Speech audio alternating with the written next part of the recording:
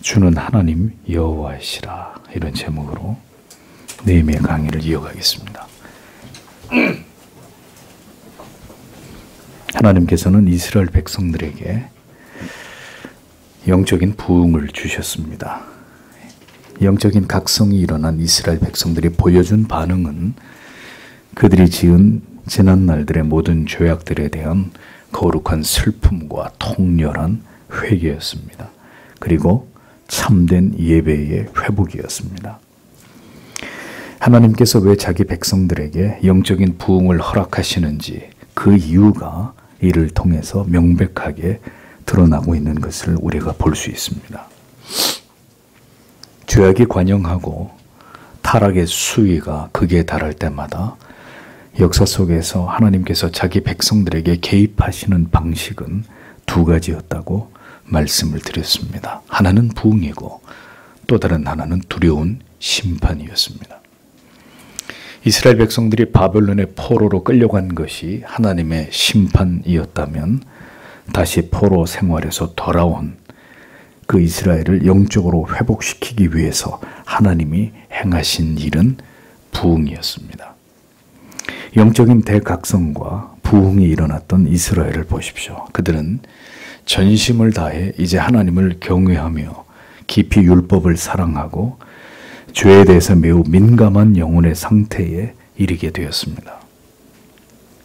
그리고 그들은 이제 마음과 뜻과 생명을 다해서 하나님을 예배하고 하나님의 이름을 송축하는 참된 예배자들로 변모되었습니다. 레위인들이 주축이 되어 그들이 하나님을 향해서 올려드리는 찬양은 바로 이 사실을 우리에게 선명하게 보여주고 있습니다. 이 모든 것이 하나님께서 왜 자기 백성들을 버리지 않으시고 그들을 다시 소생케 하시며 죄를 회개하고 다시 그들의 영혼을 정결케 하시는지에 대한 궁극의 이유가 됨을 우리는 성경을 통해서 깨닫게 됩니다. 흑암의 시대를 지나가며 영적으로 무기력한 신자들에게 필요한 것은 상황이 어떻게 되었든 간에 안락한 가정과 안전한 직장만 있으면 그만이라고 여기는 이런 안일한 생각이 전부가 아닙니다. 어둠의 시대를 압도할 수 있는 영적인 부흥을 통해서 하나님의 구별된 백성으로 우리가 무엇 때문에 살아가야 하고 존재해야 되는지에 대한 그 궁극의 해답을 찾으며 그렇게 살아가야 하는 것입니다. 우리가 무엇을 하든지 하나님의 영광을 위한 분명한 목적을 가지고 우리에게 주어진 인생을 살아가고자 하는 보다 투철한 마음과 정신이 이 마지막 시대를 지나가는 성도들에게 반드시 요구된다는 것을 잊지 말아야 합니다. 큰 배도가 일어날 것이라고 주님은 분명히 말씀하셨습니다. 깨어있는 자들만이, 깨어있게 하시는 자들만이 진리를 떠나 배도치 않게 될 것입니다. 우리를 죄에서 그리고 무지와 어리석음에서 건지신 이유는 우리가 살아가는 모든 날들 동안 오직 여호와 하나님만을 경외하고 사랑하고 송축하기 위함입니다. 모든 구원받은 성도들의 존재의 목적과 이유는 영원토록 하나님을 예배하는 것이라는 결론을 우리의 마음에 깊이 새기면서 오늘도 이어지는 이 느헤미야서의 말씀을 우리가 함께 생각해 보도록 하겠습니다. 자, 5절에 레위인들은 이스라엘 백성들을 향해서 하나님의 이름을 찬양하고 송축해야 될 당위에 대해서 먼저 설명을 했습니다. 그래서 너희 무리는 마땅히 일어나 영원부터 영원까지 계신 너희 하나님 여호와를 송축할지어다. 주여 주의 영화로운 이름을 송축하올 것은 주의 이름이 존귀하여 모든 송축이냐 찬양에서 뛰어남이니이다 라고 5절에 분명히 기록이 되어 있습니다. 영적인 부흥이 일어난 이스라엘 백성들의 하나님을 향한 그 뜨거운 경배의 마음은 이제 하나님께 올려드리는 고백적인 찬송의 내용으로, 기도문으로, 그리고 역사 속에서 그 조상들이 지은 죄에 대한 참회의 내용으로 정직하게 표현되고 있는 것을 우리가 확인하게 됩니다. 6절에서 31절까지 계속해서 하나님을 향한 찬양이 이어지고 있는데 이 찬양은 70인역에 의하면 에스라가 쓴 것이라고 말하고 있는데 또 다른 해석은 레위인들이 이스라엘 백성들을 대표해서 레위인들이 쓴 기도문이라는 보다 설득력 있는 주장도 제기가 되고 있습니다. 중요한 것은 이 찬양의 고백적인 내용일 것입니다. 이 기도문은 과거의 역사를 더듬어 올라가 회상하는 형식으로 기록되어 있습니다. 거룩한 부흥과 영적인 각성은 우리의 지각에 깊은 영향을 미칩니다. 그 결과 까맣게 잊고 살아온 지나온 역사 속에서 하나님께서 우리를 위해서 어떤 일들을 행해 오셨는지를 선명하게 자각하고 기억하게 만드는 계기를 우리에게 제공해 줍니다. 올바르고 깨어있는 신앙의 특징은 언제나 우리의 지나간 과거를 자주 돌아보는 것입니다. 역사의 교훈을 통해서 오늘의 우리 자신의 모습을 생각하면서 하나님께서 베풀어 주신 그 은혜와 사랑과 놀라운 그 섭리를 기억하기 위해서 노력하는 것입니다. 과거를 잊은 민족에게 미래는 존재하지 않습니다. 그들이 하나님의 자녀들이면 더더욱 그렇습니다. 우리의 오늘이 있기까지 하나님께서 어떤 일들을 역사 속에서 행해 오셨는지를 되짚어보는 것은 하나님의 섭리와 그 뜻을 이해하는 데 있어서 매우 중요한 부분이 아닐 수 없습니다.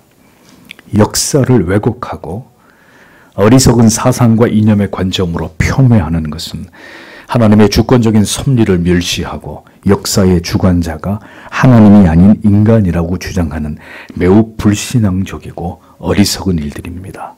신자는 신본주의적인 올바른 역사관과 역사의식을 가지고 역사 속에서 펼쳐오신 하나님의 섭리의 손길을 분명하게 볼 수 있어야 합니다.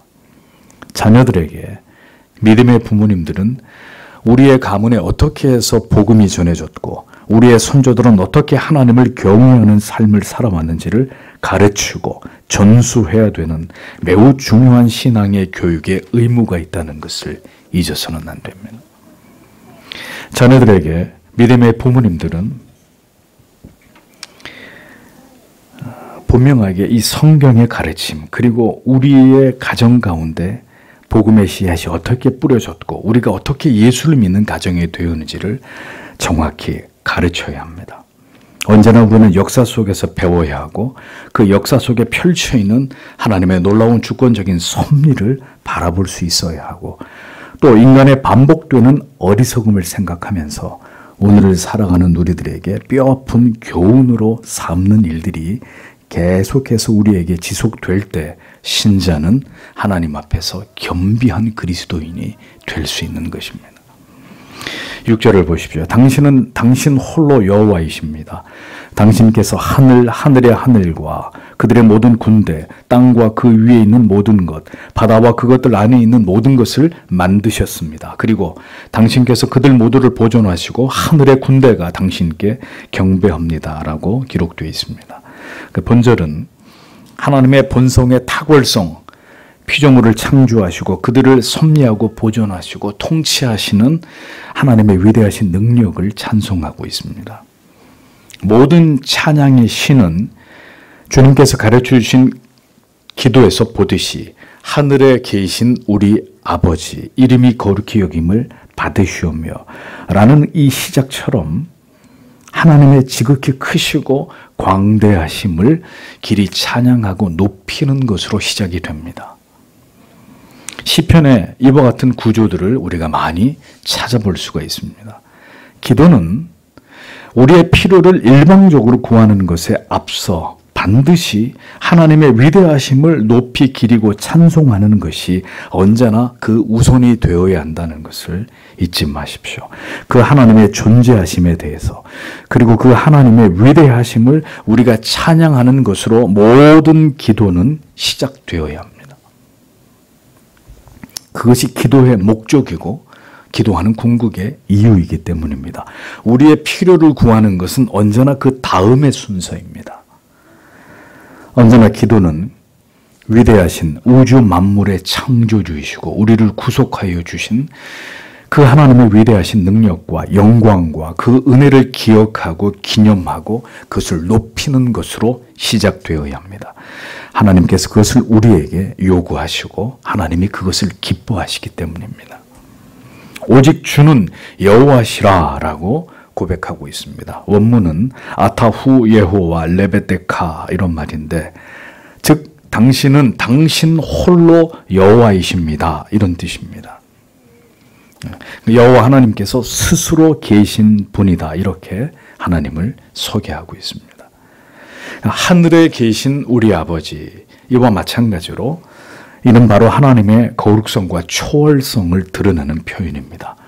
하나님은 유한한 인생이나 물질처럼 피조되신 존재가 아니라 그 존재 자체가 스스로 존재하시는 유일무이하신 영광스러운 영원무궁한 그러한 존재이십니다.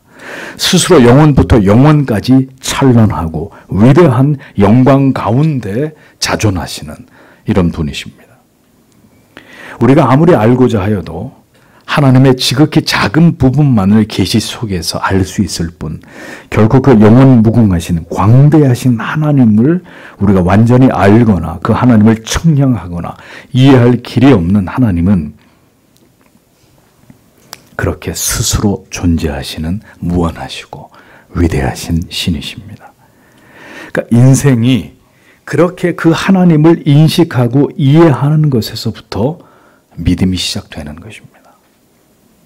그러나 그렇게 그 위대하신 하나님의 존재하심을 전혀 인식하지 못하고 그 하나님의 존재하심을 거부하고 부정하고 조롱하는 자들은 바로 그 이유 하나만으로 영원한 지옥에 멸망해서 벗어날 수 없게 되는 것입니다. 하나님께서 하늘과 하늘들의 하늘, 그리고 1월 성신과 땅과 땅 위의 모든 만물과 바다와 그 가운데 모든 것을 지으시고 보존하신다라고 기록합니다. 하늘들의 하늘, 끝없는 우주를 가리킵니다. 이어 하나님께서 우주 만물과 이 땅의 억조 창생의 생물들을 모두 지으셨고 그것들을 보존하시고 섭리하시고 통치하고 계시는 것에 대해서 찬송을 하고 있습니다. 즉 창세기에 기록된 창조주 하나님의 그 위대하신 창조의 사역들에 대해서 고백하고 있는 내용을 우리가 지금 보고 있는 것이죠. 찬송의 시작은 이렇게 바로 하나님께서 원인자, 창조주이시고 우리는 그 피조된 결과물이다라는 것을 고백하는 내용으로 시작되어야 됩니다.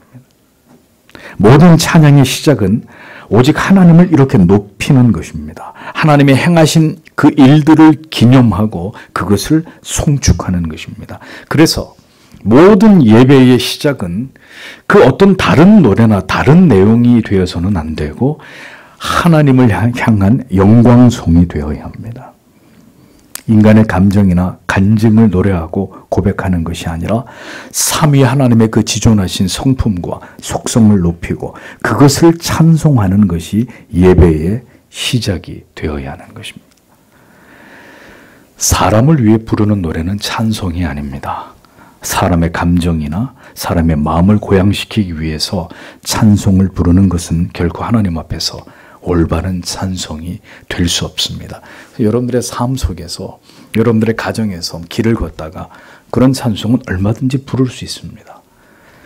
그러나 하나님을 예배하는 공적인 예배의 시간에 그런 찬송을, 그런 찬송으로 하나님을 예배하는 것을 시작할 수는 없는 일입니다. 마음과 영혼을 다해서 오직 하나님께서 받으시기에 합당한 찬송을 하나님께 드림이 예배의 시작과 하나님께 나아감의 그 시작과 그리고 모든 기도의 시작이 되어야 함을 우리는 잊지 말아야 합니다. 이것이 순서입니다. 그래서 우리가 하나님을 예배하면서 시편으로 하나님을 찬송하고 송축하는 이유가 바로 여기에 있는 것이죠. 하나님께서는 오늘도 하나님께서 지으신 모든 천지 만물들을 보존하고 계십니다. 보존하다라는 말의 원어적 의미는 생명을 주어 보존하다, 살려두다, 살게 하다, 생명을 주다 이런 뜻입니다.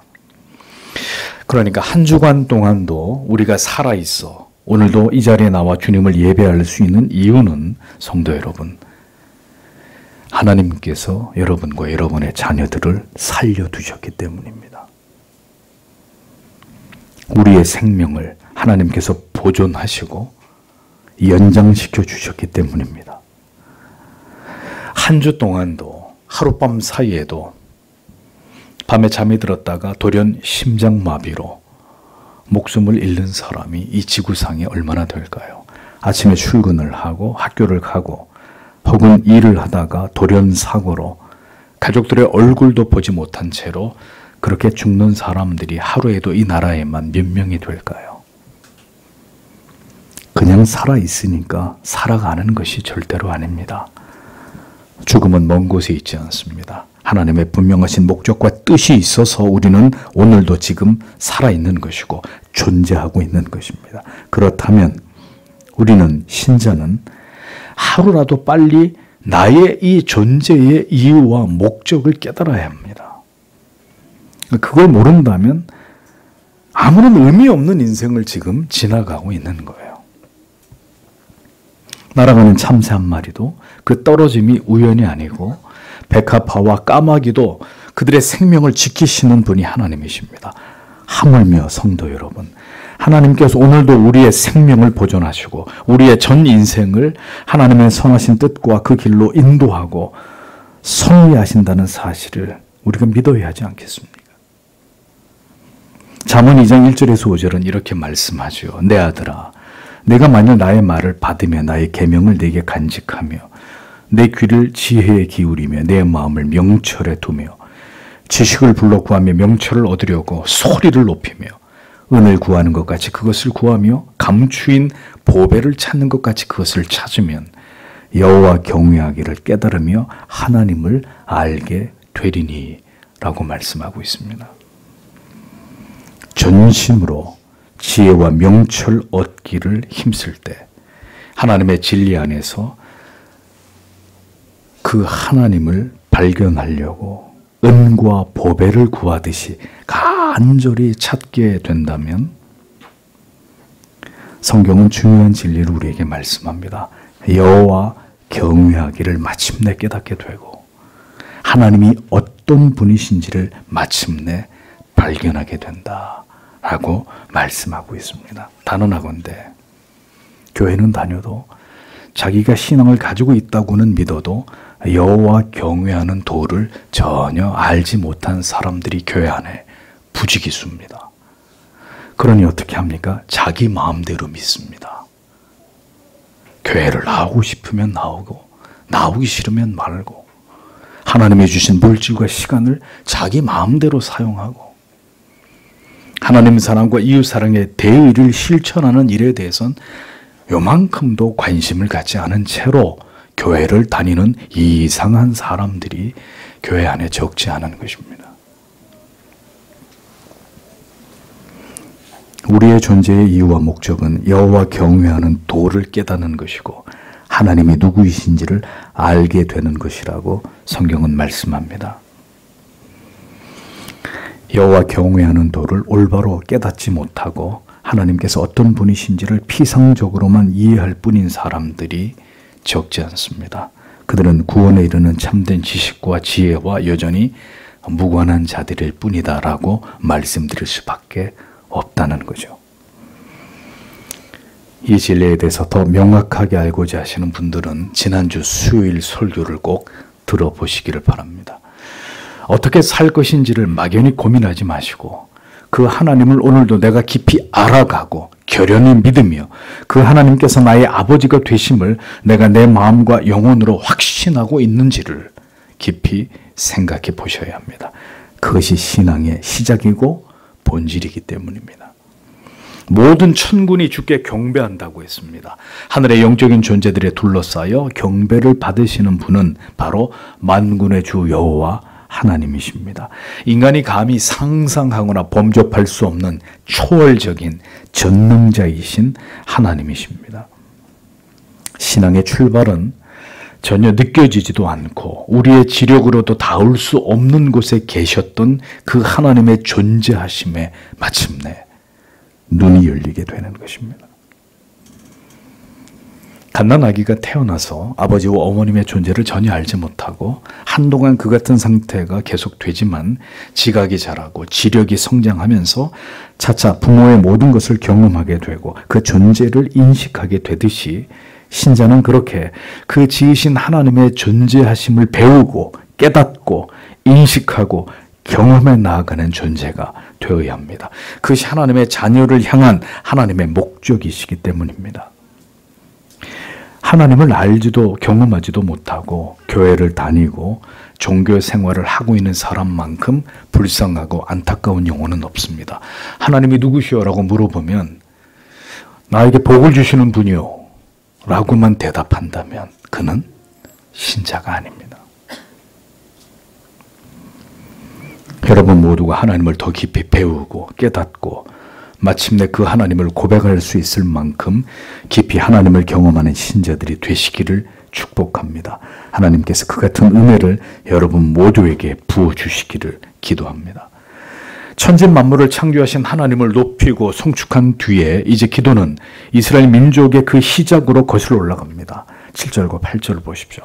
당신은 아브라함을 선택하시고 그를 갈대아 우르로부터 이끌어내시고 그의 이름을 아브라함으로 주신 여호와 하나님이십니다. 그리고 당신께서 당신 앞에 신실한 그의 마음을 찾으셨습니다. 그리고 가나안 사람, 헷 사람, 아모리 사람, 브리스 사람, 여부스 사람, 기르가스 사람의 땅을 주시기 위하여 그의 후손에게 주시기 위하여 그와 함께 언약을 맺으셨습니다. 그리고 당신께서 당신의 말씀들을 성취하셨습니다. 왜냐하면 당신께서는 의로우시기 때문입니다. 이렇게 기록이 되어 있습니다. 이스라엘의 시조 아브라함을 선택하신 하나님께서 어떻게 놀라운 경륜과 섭리 속에서 그를 통해 마침내 이스라엘 민족을 형성하셨는지를 이어서 고백하고 있습니다. 주는 하나님 여호와시라 라고 또 먼저 하나님을 고백하고 있죠. 이 고백은 하나님께서는 모든 일들을 스스로 계시는 여호와 하나님의 절대적 주권과 섭리대로 누구의 간섭도 받지 않으시면서 그것을 성취해 나아가시는 분이시다. 이것을 나타내는 것입니다.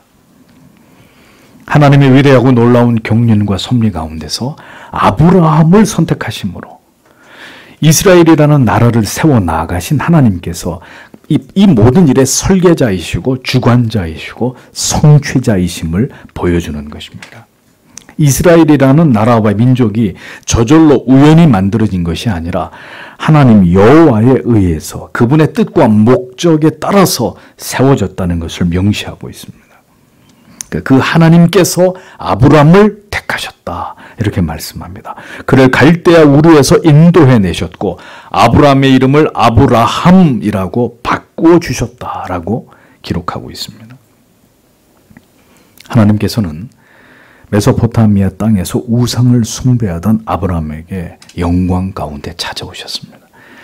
그리고 그에게 고향을 떠날 것을 명령하셨습니다. 아브라함은 이러한 하나님의 은총을 받을 아무런 자격이 없었던 자였습니다. 그는 그의 아비와 더불어서 우상을 숭배하던 멀지각한 자에 지나지 않았습니다. 여호와 하나님에 대해서 아는 바 없었던 무지하고 목매한 자연인의 한 사람이었습니다. 그런데 하나님께서는 일방적으로 그에게 찾아오셔서 아브라함에게 자신을 계시하셨고 그리고 그에게 갈대아 우르를 떠나라고 명령하셨습니다. 그리고 그의 이름을 열국의 아비라는 뜻으로 아브라함이라고 바꾸어 주셨습니다. 뭘 말씀하려고 하는 것일까요?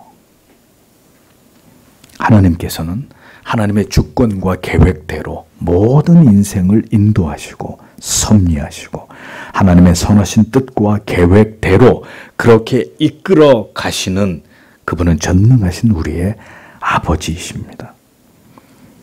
그저 평범한 일상을 살아가던 자연인, 심지어 우상을 숭배하던 아브라함에게 찾아오셔서 하나님 자신을 일방적으로 그에게 알리시고 하나님의 선하신 뜻과 완전하신 계획 속으로 그를 이끌어 가신 분이 바로 하나님이라고 성경은 기록하고 있습니다. 여러분이 하나님을 찾으신 겁니까? 우리에게도 동일하게 그 하나님께서 우리 각자의 생애 속에 그분이 일방적으로 찾아오셨습니다. 불가항력적인 하나님의 은혜가 임한 결과 우리가 그 하나님을, 하나님의 아들을 구주로 믿는 기적이 일어나게 된 것입니다. 그리고 여전히 그 하나님의 일방적인 사랑과 그 섭리에 이끌려 지금도 그 선하신 계획 속으로 우리를 인도하시는 그 성실하신 모든 과정을 우리 각자의 인생 속에서 지금 우리가 지나가고 있다라는 것을 기억하셔야 합니다. 우리의 인생은 우리가 주도하고 있는 것이 아닙니다. 우리는 원인자가 아닙니다. 모든 것은 계획하신 분의 주권적인 뜻과 섭리대로 진행되어 가고 있는 것일 뿐입니다.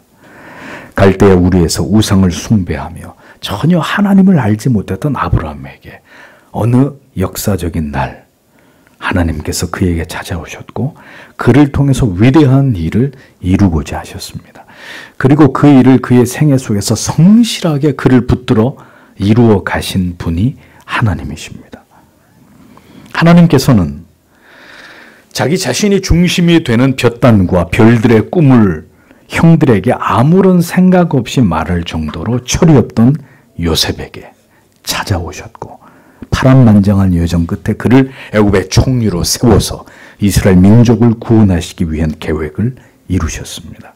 지극히 겁이 많고 소극적이던 기드온에게 하나님은 일방적으로 예고 없이 찾아오셨고 그를 이스라엘을 구원할 사사로 세우셨습니다. 그리고 그를 용맹한 자로 만들어 가셨습니다. 지극히 평범한 시골 처녀에 불과했던 마리아에게 하나님께서는 그 아들을 그녀의 몸을 통해서 이 땅의 인간으로 태어나게 하셨습니다. 갈릴리 호숫가에 고기를 잡으며 살아가던 어부에 지나지 않던 베드로에게 일방적으로 주님은 찾아오셔서 그를 사람 낚는 어부가 되게 하셨습니다. 그 하나님께서 우리에게, 당신에게 어느 날 찾아오시는 것입니다. 이 세상에 태어나기 전부터 나를 알고 계셨던 그 하나님께서 어느 순간 내 인생 깊숙이 개입하신 것입니다. 더 이상 아브람으로 살지 않고 아브라함으로 살아가도록 내가 누구인지 나의 실존에 대해서 눈뜨게 하시고 그렇게 하신 분이 바로 하나님 아버지시라는 사실을 하나님이 우리에게 깨닫게 하신 것입니다. 그래서 당신이 지금 이 자리에 계시는 것입니다. 그것을 알게 된 것이 바로 믿음이라는 거죠. 그렇게 화려한 인생도 아니고 성경에 기록될 인물들만큼 대단한 사명을 주신 것도 아니지만 그렇다 할지라도 우리 모두는 우리의 가정과 교회와 그리고 세상에서 우리에게 주신 분명한 사명이 있는 자들입니다. 우리는 우리가 살아내야 할 분명한 삶이 그 하나님의 선하신 뜻과 목적이 우리 각자에게 분명히 주어져 있는 자들입니다. 이유 없이 존재하며 까닭 없이 부르신 자들은 아무도 존재하지 않습니다. 그리스도 예수 안으로 부르신 자들은 모두 그 하나님 앞에서 하나님께서 원하시는 삶을 그 하나님께서 인도하시고 섭리하시는 그 생애를 이 땅에서 살아내야 할 거룩한 의무와 책임이 있는 자들입니다. 그것을 발견한 사람들은 초지일관 믿음을 가지고 그 길을 가는 것이고 교회 안에는 있으나 아직 그 길을 발견하지 못한 자들은 갈지자처럼 세상과 하나님 사이를 왔다 갔다 하는 이 방황하고 배회하는 삶을 계속 살아가고 있을 뿐인 것이죠. 성경에 기록된 하나님이 부르신 자들을 보십시오. 모두 무엇인가 대단히 잘난 구석이 있었던 그런 자들이 결코 아니었습니다. 평범하기 이를 데 없는 자들에게 어느 날 하나님의 은혜가 임했고 그들을 하나님께서 철저하게 빚으시고 연단하시고 시험하시면서 마침내 그들을 하나님의 뜻대로 사용하셨던 것을 봅니다. 그렇게 어느 날 하나님께 붙들려 일생 동안 준비되고 연단되어서 마침내 하나님의 영광을 드러낼 도구로 쓰임을 받다가 이 모든 것을 이루신 분이 하나님이신 것을 고백하면서 겸비한 하나님의 자녀의 모습으로 다시 하나님의 품으로 돌아가게 되는 자들, 그들이 바로 신자들입니다. 하나님께서는 그렇게 아브라함에게 하나님을 계시하셨습니다. 그러하여금 여호와 하나님을 아버지로 믿고 따르도록 역사하셨습니다. 성경을 잘 보세요. 아브라함이 대단한 인물이 결코 아닙니다. 다윗이 대단한 인물이 절대로 아닙니다. 성경을 잘못 보고 있기 때문에 하나님이 보이지 않고 사람이 보이는 것입니다. 그렇게 아브라함을 믿음의 조상으로 세우시니까 하나님 자신이면서도 하나님께서는 아브라함의 마음이 주 앞에서 충성됨을 보셨다라고 말씀합니다. 아브라함의 어떤 업적이나 공로 때문이 아니라 그가 믿음으로 하나님의 모든 언약을 받아들인 그것을 하나님께서 의로 여기시고 그 마음이 충성되다고 간주하신 것입니다. 그리고 아브라함과 후손과 더불어 하나님께서 언약을 세우신 것을 레위인들이 고백하고 있습니다. 즉 가나안의 모든 족속들을 하나님께서 아브라함의 후손들에게 기업으로 주시고자 약속하셨고 결국 그 언약은 그대로 성취되었다는 사실을 증언하고 있습니다. 그리고 그 이유를 왜냐하면이라는 접속사 키를 집어넣어서 왜냐하면 약속을 지키시는 하나님은 의로우신 분이시기 때문입니다. 이렇게 노래하고 있는 것을 볼 수 있습니다. 어떤 하나님이라고요? 약속한 것을 반드시 이루시는 하나님이시다. 언약하신 그 모든 것을 하나님께서는 반드시 성취하시는 분이십니다. 오늘도 진리 안에서 우리에게 주신 모든 언약을 붙들고 기도하며 나를 향하신 하나님의 선하신 뜻이 이루어지기를 소원하는 자들의 삶을 하나님은 오늘도 지도하시고 인도하시고 모든 택하신 백성들의 삶을 그렇게 하나님께서 주도해 나아가시는 아버지시다라는 것을 믿어야 합니다. 그런데 여러분, 누가 약속을 기억할까요? 아버지하고 아들하고 약속하면 그 약속을 잘 잊어버리는 쪽은 누구고 기억하는 쪽은 누굽니까? 잊어버리는 쪽은 아버지고 기억하는 것은 아들입니다. 왜? 아들이 약자이기 때문에. 아들이 아버지에게 뭔가를 받아야 되는 위치에 있기 때문에. 그래서 약자가 언약을 붙드는 거예요. 약자가 그 언약을 기억하는 것입니다. 왜 우리는 하나님의 언약을 기억하지 않느냐? 우리가 강자라고 생각하는 것입니다. 하나님의 약속 따위는 몰라도 내 인생을 살아가는데 아무 문제가 없다고 생각하기 때문에 언약의 하나님을 기억하지 않습니다. 하나님이 우리에게 어떤 약속을 주셨는지 별 관심이 없습니다. 그냥 살아갑니다.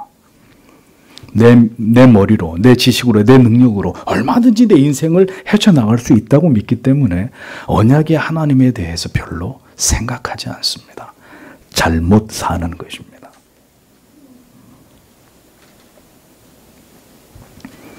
여러분이 굳게 믿고 의지하는 언약은 무엇입니까? 여러분의 영혼과 마음에 새겨진 하나님의 어떤 약속을 의지하시면서 오늘의 여러분의 힘겹고 고단한 삶을 여러분들이 지금 감당하고 계십니까? 잊지 마십시오. 하나님은 언약의 하나님이십니다. 성경의 모든 진리 안에서 여러분은 하나님의 약속을 찾아서 그것을 여러분들의 마음에 두셔야 합니다.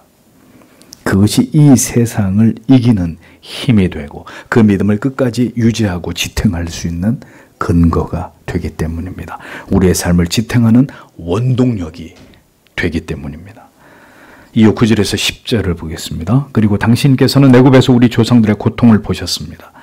그리고 당신께서 그들의 부르짖음을 홍해에서 들으셨습니다. 그리고 당신께서 표적들과 이적들을 바로와 그의 모든 종들과 그의 땅의 모든 백성에게 주셨습니다. 왜냐하면 당신께서는 그들이 그들에게 교만하게 행한 것을 아셨기 때문입니다. 그리고 당신께서 당신을 위하여 오늘날과 같이 이름을 만드셨습니다. 라고 기록이 되어 있습니다.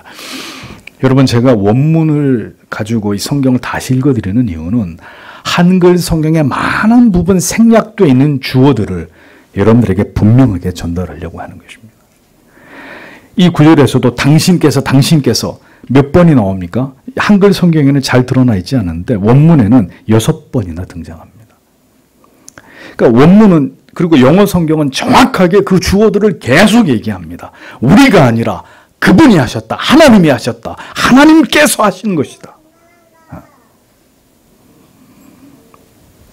레위인들은 이어서 이스라엘 역사 중에서 그 위대한 출애굽에 대해서 언급을 하는데 이스라엘 열조들이 애굽에서 고통당할 때 그 고난당하는 것을 하나님이 감찰하셨고 하나님이 10가지 재앙을 내려서 그들을 건져내실 때 하나님이 홍해 바다의 그 급박한 위기 속에서 하나님이 이스라엘의 부르짖음을 들으셨다라고 수레하고 있습니다.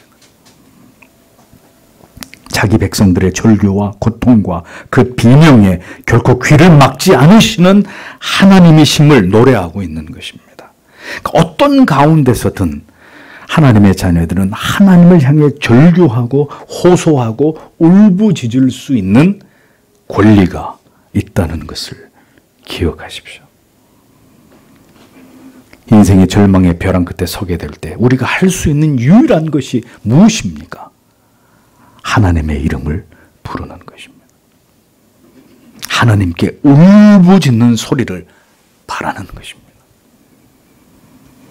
예레미야 33장 2절에서 3절 이를 행하는 여호와 그것을 지어 성취하는 여호와 그 이름을 여호와라 하는 자가 이같이 이르노라. 보십시오. 이를 행하는 여호와 그것을 지어서 성취하는 여호와 그 이름을 여호와라고 하는 이가 이렇게 말씀했다는 거예요. 뭘? 너는 내게 부르짖으라. 내가 네게 응답하겠고 네가 알지 못하는 크고 비밀한 일을 내게 보이리라. 하나님께서는 자기 백성들의 그 부르짖음을, 그 울부짖음을 들으시는 아버지이십니다. 그래서 때때로 우리를 하나님 앞에서 울부짖게 만드십니다. 그 소리로 하나님의 이름을 절규하도록 하나님이 만드신다고요.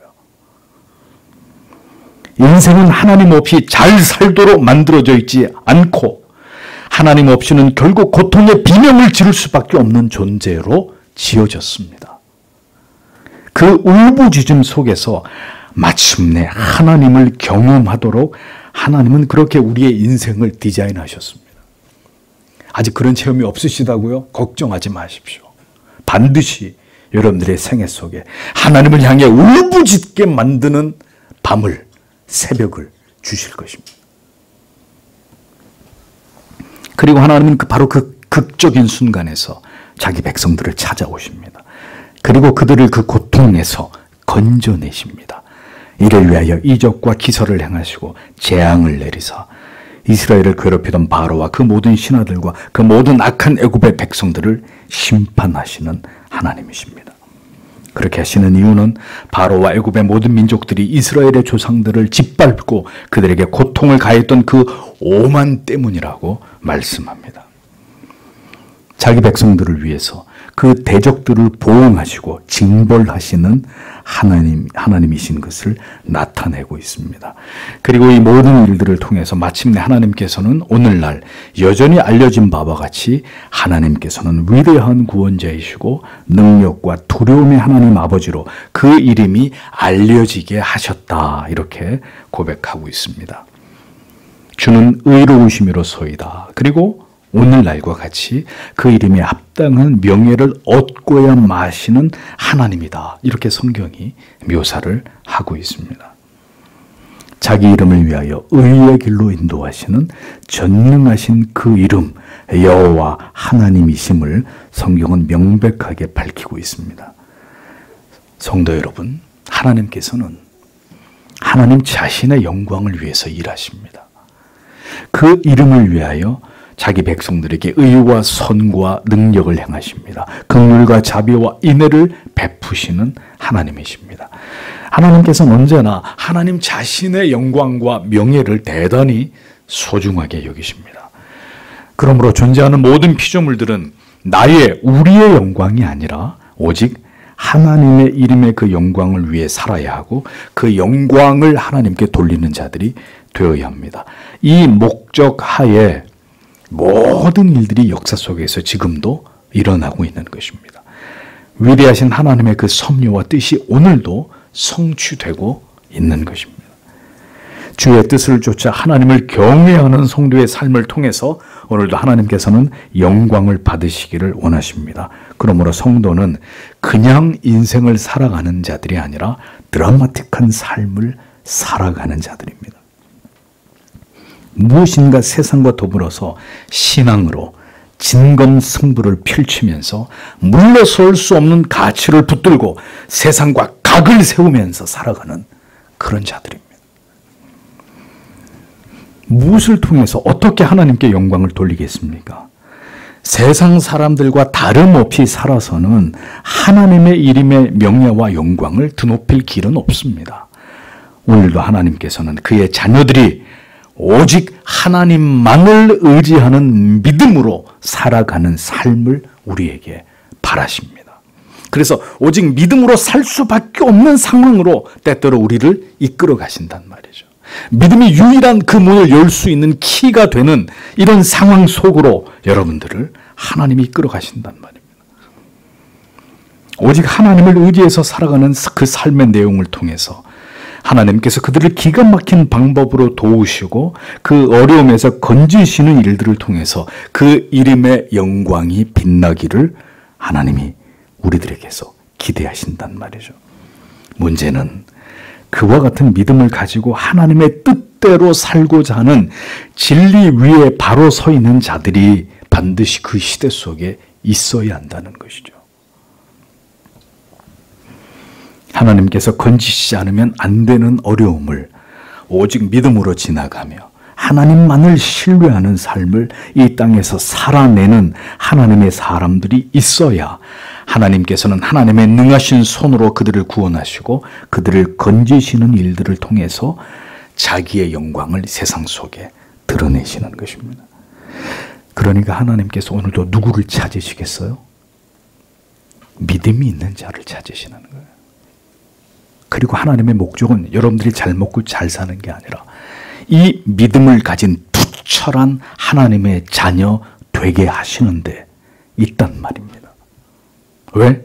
자기 이름의 영광을 위해서. 그러므로 우리의 삶의 포커스가 어디에 맞춰져야 됩니까? 하나님 저에게 큰 믿음을 주십시오. 왜? 출세하려고요? 성공하려고요? 아니. 이 벌레만도 못한 자를 통해서라도 하나님의 이름이 높임을 받으시기를 하나님 이 죄인이 간절히 그것을 소망합니다. 이것이 우리의 중요한 기도의 제목이 되어야 하는 것입니다. 여러분의 삶은 지금 그것을 지향하고 있는지를 돌아보십시오. 그것이 구원으로 인도하신 하나님께서 우리에게 요구하시는 바이고 우리가 나아가야 될 방향이고 살아내야 될 삶이라는 것을 잊어서는 안 됩니다. 11절과 12절을 보겠습니다. 그리고 당신께서 그들 앞에서 바다를 나누셨습니다. 그리고 그들이 바다 가운데 마른 땅 위로 지나갔습니다. 그리고 당신께서는 그들을 추격하는 자들을 흉포한 물에 돌처럼 깊은 곳으로 던져버리셨습니다. 그리고 당신께서는 그들을 낮에 구름기둥으로 그리고 밤에 불기둥으로 인도하셨습니다. 그들이 가야 하는 그 길 안에서 그들에게 비추시기 위하여 라고 기록이 되어 있습니다. 출애굽의 여정 속에서 하나님께서 이스라엘 백성들을 위해서 행하신 이적과 기사를 계속 찬양하고 있는 내용이 이어지고 있습니다. 홍해바다를 갈라 이스라엘 백성들이 바다를 육지처럼 지나가게 하신 일과 그리고 뒤따르던 바로의 군사들이 모두 바다에 빠뜨려져서 수장시키신 일들을 노래하고 있습니다. 또 이스라엘 백성들이 광야를 지나가는 동안에 낮에는 구름기둥으로 뜨거운 태양을 가리워 주시고 밤에는 불기둥을 통해서 급강하는 기온으로부터 그 추위로부터 그들을 지키시고 그렇게 그들이 가야 할 길을 보호하시고 인도하시고 지도하셨다고 고백합니다. 출애굽의 광야 길에서 하나님이 행하신 일들은 이전에도 이후에도 어떤 신도 행한 바가 없었던 놀라운 기적과 이적의 연속이었습니다.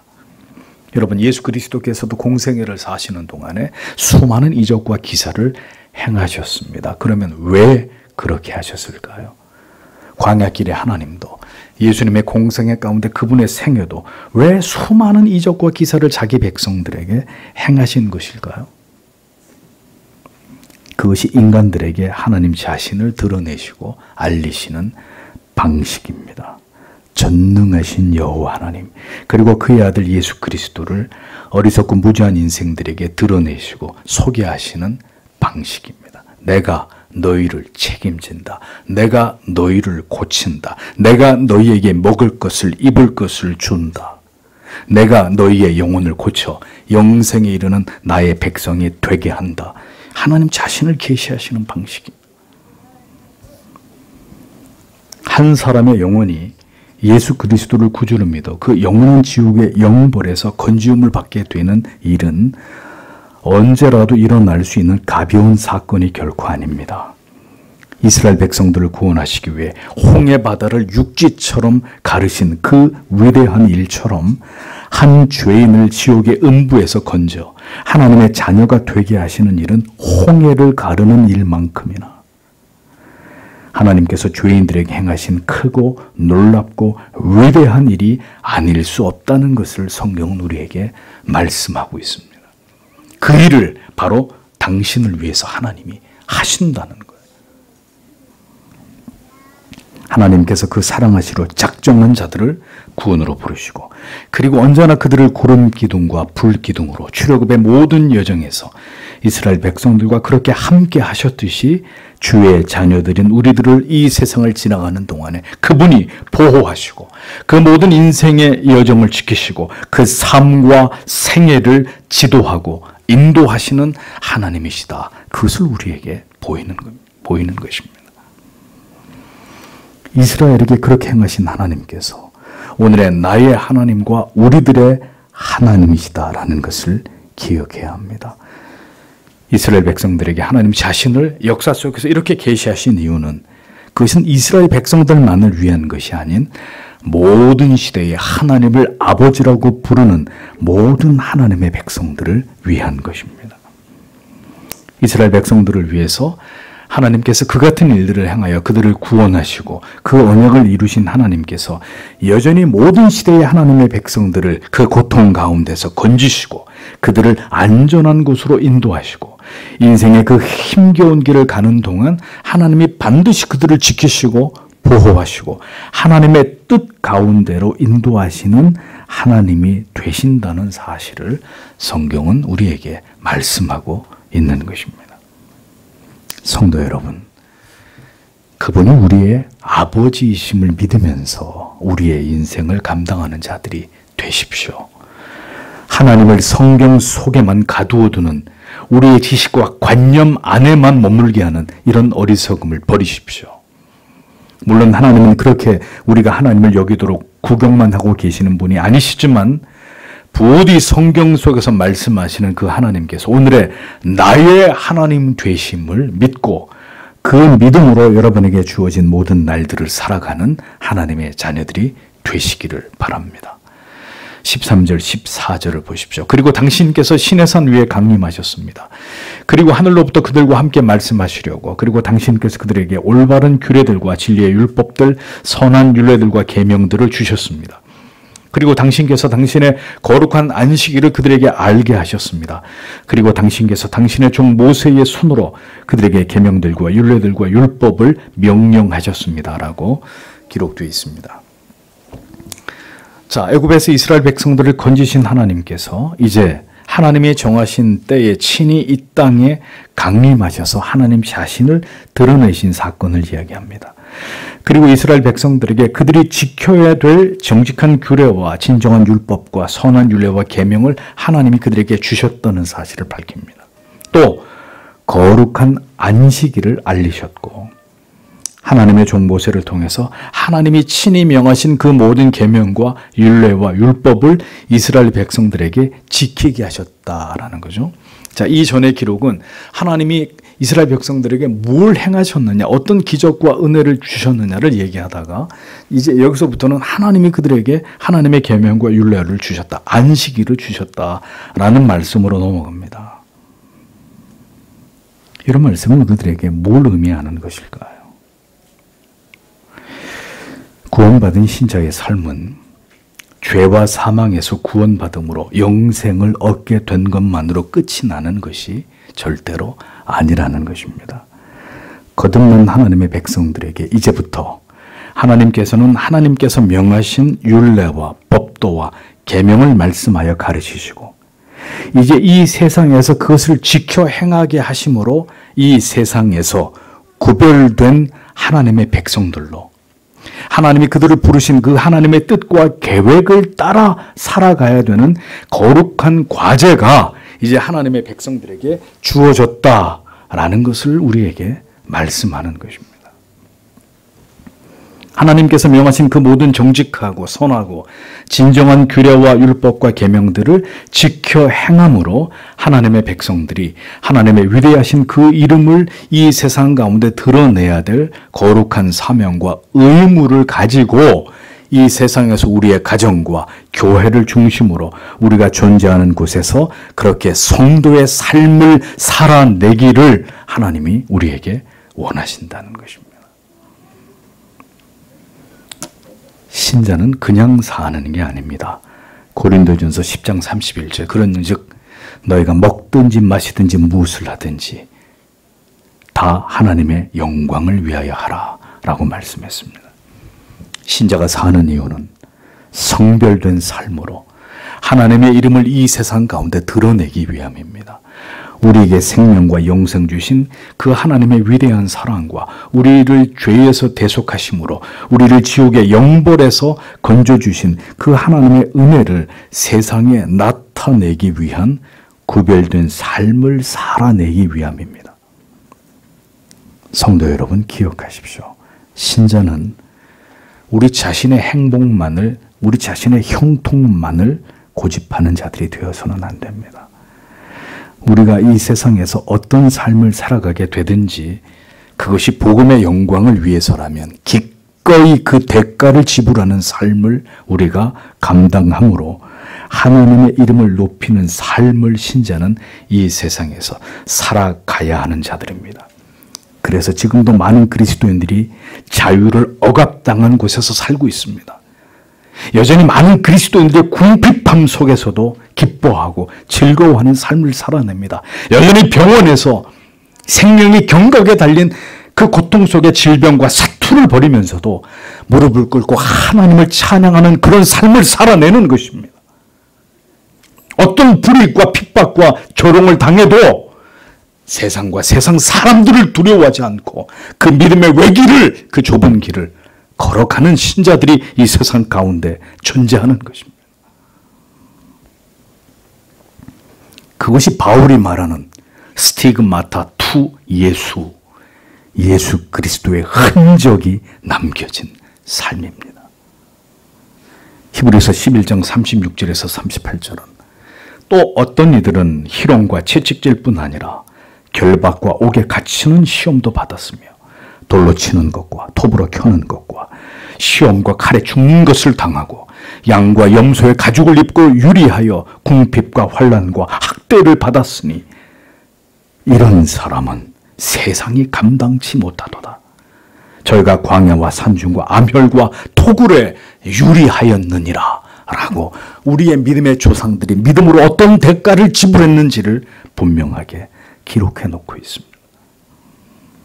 그 계명과 율례와 율법을 그 하나님의 지음하신 명령을 지켜 순종하며 살아가는 것으로 하나님을 영화롭게 하고 그 하나님의 존재하심을 이 세상에 드러내고 증거하는 삶을 온 몸으로 감당해내야 될 그 사명을 가진 자들이 바로 성도들이다라는 것을 우리는 잊지 말아야 합니다. 여러분, 그것을 위해서 우리를 부르셨습니다. 아들을 버리시기까지 우리를 사랑하사 하나님의 소유가 되게 하셨습니다. 그러니 그 사명을 감당할 자들을 여러분, 하나님이 그냥 편안한 삶 가운데로 그렇게 이끌어 가실까요? 결코 그렇게 하지 않으실 것이라는 것을 우리는 알아야 합니다.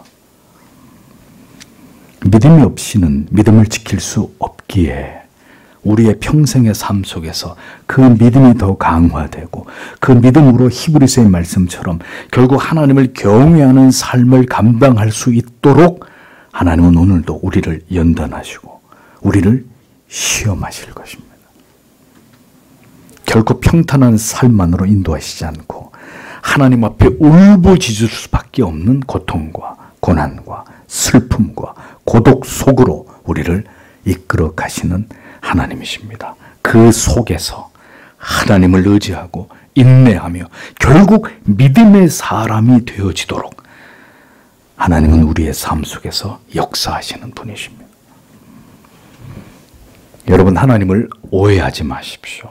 무조건 사랑하고 무조건 번영과 형통과 내 건강만을 책임져 주시는 이런 하나님으로 생각하셨다면 어리석은 착각입니다. 물론 여러분 가운데는 이제 그런 생각을 가지고 교회를 다니시는 분이 없으리라고 저는 믿습니다만,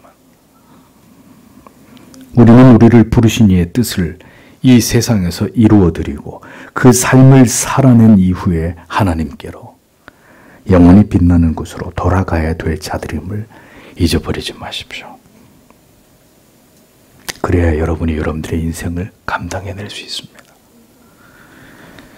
15절을 보겠습니다. 그리고 당신께서 그들의 굶주림에 대하여 그들을 위해 하늘로부터 양식을 주셨습니다. 그리고 당신께서 그들의 목마름에 대하여 그들을 반석으로부터 물을 나오게 하셨습니다. 그리고 당신께서 계속 나오죠. 그들에게 주시기 위해 당신이 손을 들어 올리셨던 그 땅을 소유하기 위하여 들어가도록 그들에게 말씀하셨습니다. 이렇게 기록이 되어 있습니다. 하나님께서 출애굽 광야의 생활 가운데 이스라엘 백성들에게 만나를 주시는 일과 그리고 레비딤과 신광야에서 모세를 통해 하나님께서 그들에게 물을 허락하신 사실을 고백하고 있습니다. 그리고 마침내 하나님께서 언약하신 대로 아브라함과 이삭과 야곱에게 약속하신 약속의 땅을 차지하라고 명령하셨다는 사실에 대해서도 레위인들이 지금 노래하고 있는 것을 보게 됩니다. 이처럼 하나님께서는 애굽에서 떠나 가나안까지 가는 그 모든 여정 속에서 그들이 하나님을 향해서 원망하고 불평하면서 때때로 하나님을 대적했음에도 불구하고 그들에 대해서 오래 참으시고 지극한 사랑으로 자기 백성들을 보살피시는 하나님으로 성경은 그려내고 있습니다. 레위인들의 송축에는 이렇게 그들이 여호와 하나님을 어떻게 인식하고 있었는지가 정확하게 드러나고 있습니다. 그들의 역사 속에서 하나님께서 그들의 열조로부터 어떤 일을 행하셨고 어떻게 이스라엘이라는 나라와 민족을 조성하시고 여기까지 인도해 오셨는지를 정확하게 그들은 말하고 있습니다. 하나님께서 이 땅 가운데 이 나라와 민족을 위해 우리들에게 그리고 나의 인생 속에서 오늘에 이르기까지 어떤 일을 행해 오셨는지를 여러분 분명히 알고 계십니까? 이런 것을 한번 반추할 시간이 필요합니다. 오늘까지 내 인생이 어떻게 흘러왔나? 어떤 시간들이 있었나? 어떤 과정들이 있었나? 그리고 무엇을 위한 그러한 하나님의 과정과 섭리였는가 생각해 보셔야 됩니다. 하늘에서 양식을 주셨습니다. 반석에서 물이 나오게 하셨습니다. 여러분, 이게 얼마든지 일어날 수 있는 일인가요? 불가능한 일입니다. 이것은 인간이 인간에게 행할 수 없는, 오직 하나님께서 자기 백성들을 위해서 이같이 초자연적인 역사를 통해서 그들을 보살피셨음을 의미하는 것입니다. 그들은 신적인 능력과 기적을 경험한 자들이었습니다. 그들이 하나님의 선민으로서 받은 최고의 축복은 그들이 하나님께서 친히 그들에게 행하신 그 모든 일들을 그들의 역사 속에서 마치 우리의 조선의 역사 속에서 왕들이 이 나라의 백성들을 통치하던 시대가 있었듯이 그렇게 하나님께서 그들의 왕이 되셔서 그들을 입히고 먹이고 돌보시는 통치를 이스라엘 백성들이 직접 경험했다는 점입니다. 이스라엘 역사 속에서 하나님을 이렇게 계시하신 것은 시대가 다르고 나라와 민족이 다를지라도 하나님을 경외하는, 하나님이 택하여 부르신 모든 나라와 민족들과 열방들을 모두 이같이 하나님께서 크신 사랑과 자비와 긍휼로 그들을 사랑하시고 자비로 통치하실 것이라는 것을 보여주는 것입니다. 하나님께서 그들을 먹이실 것이고 하나님이 그들을 입히실 것이고 그들의 모든 생애를 통치하시고 보호하시고 인도하신다는 것을 말씀하고 계시는 것입니다. 우리가 무지하고 아직 하나님에 대해서 깊이 알지 못할지라도 이스라엘 백성들처럼 그들이 여호와 하나님이 누구이신지 깊이 알지 못했어도, 그래서 하나님을 원망하고 불신하고 의심하게 되었을지라도 하나님께서 그들을 버리시지 않으시고 끝까지 인도하시고 이끌어 가심처럼, 그렇게 오늘도 우리의 인생을 지도하시고 인도하시고 성경의 진리를 통해서 하나님을 배우고 깨달아 알고 하나님을 경외하고 사랑하는 백성들로 하나님이 그렇게 우리를 만들어 가신다는 사실을 이스라엘의 역사를 통해 하나님이 우리에게 그것을 보이시는 것입니다. 내가 그들을 그렇게 했듯이 너희도 이와 같은 방법으로 내가 너희들을 통치하고 섭리하고 보존하고 너희의 삶을 지도할 것이다 라는 것을 말씀하시는 것입니다. 이스라엘의 역사가, 레위인들이 하나님을 향한 이 모든 송축의 의미가 우리에게 무엇을 뜻하고 우리에게 하고자 하시는 말씀이 무엇인지를 우리는 깨달아야 합니다. 이 시대를 살아가는 우리들에게 이 오늘의 성경이 뭘 말씀하려고 하시는지를 우리의 마음에 깊이 새겨야 합니다.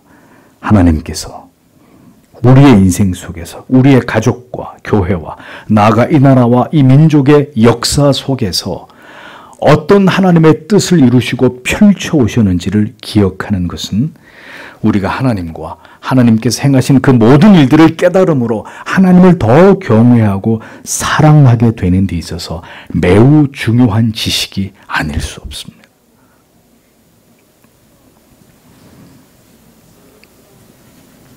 영적인 부흥을 경험하며 하나님의 말씀에 대한 그 어느 때보다 뜨거운 열정과 사모함을 가지고 율법을 낭독하며 죄를 자복하고 있는 이스라엘 백성들 앞에서 레위인들이 이렇게 하나님께서 그 열조로부터 행해 오신 일들을 그들이 기도하고 송축하고 있었던 그 이유를 깊이 생각해 봐야 합니다.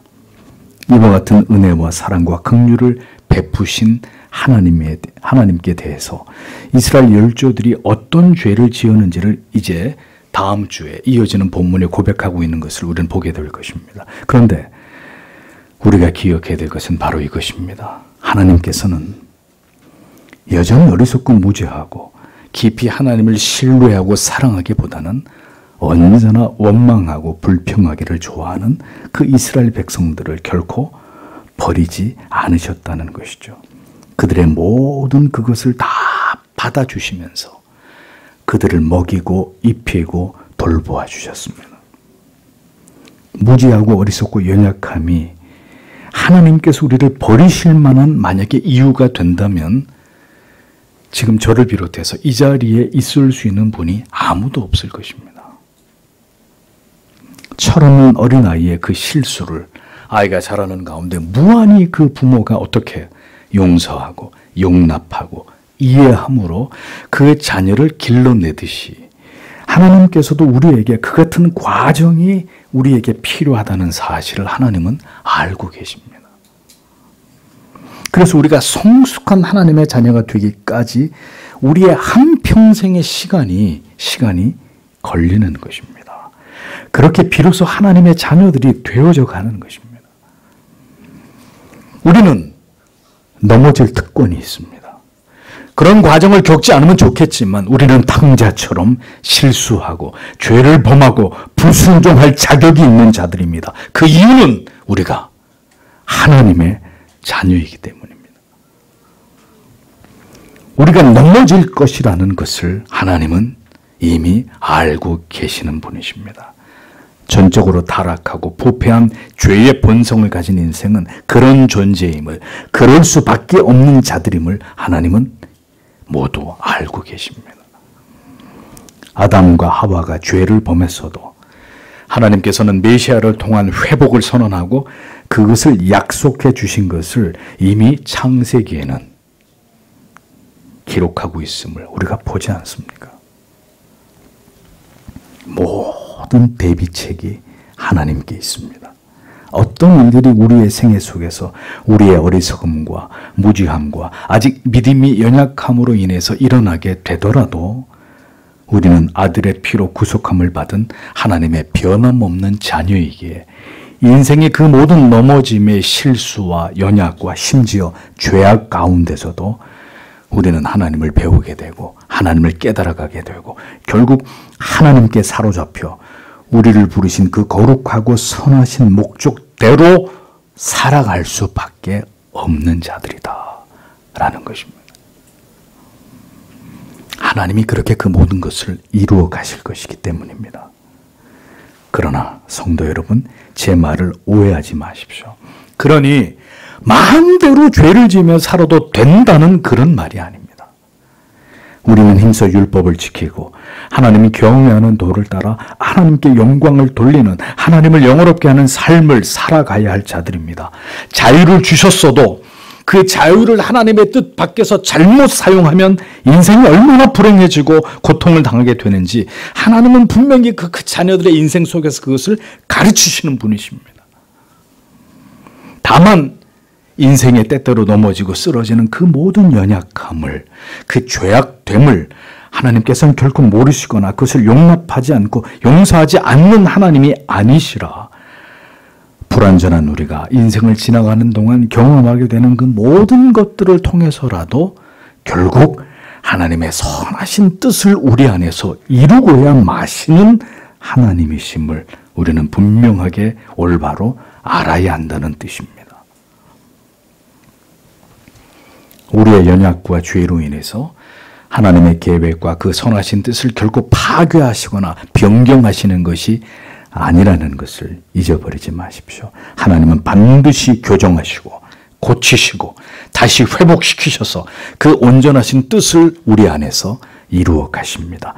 다만 우리가 무지할수록 계속 하나님을 오해한 채로 하나님의 뜻과 무관하게 게으름과 나태함과 자기를 사랑하고 세상을 사랑하는 삶을 고집스럽게 살아갈 때, 그러면 그럴수록 더 큰 고통과 아픔 속에서 결국 하나님께로 돌아오게 되는 대가를 치르게 된다는 것을 우리는 분명히 기억해야 되는 것입니다. 오늘도 이 같은 하나님의 끝없는 사랑과 긍휼과 그 풍성하신 은혜가 당신을 향하고 있다는 사실을 기억하십시오. 하나님께서는 그렇게 결코 당신을 포기하지 않으시고 찾으실 것입니다. 그리고 마침내 당신이 서 있어야 될 그 가장 거룩한 곳에 우뚝 서도록 만드실 것입니다. 오늘도 이 진리를 통해서 깨닫게 하시는 그 하나님의 절대적인 주권과 섭리만을 의지하면서 아직도 가야 할 길이 많이 남아있는 우리의 인생 속에서 힘차게 여러분의 인생의 수레바퀴를 주를 의지하여 굴려 나아가시는 하나님의 사람들이 되시기를 축복합니다. 하나님의 은혜가 여러분 모두에게 함께 하실 줄 믿습니다. 기도하겠습니다.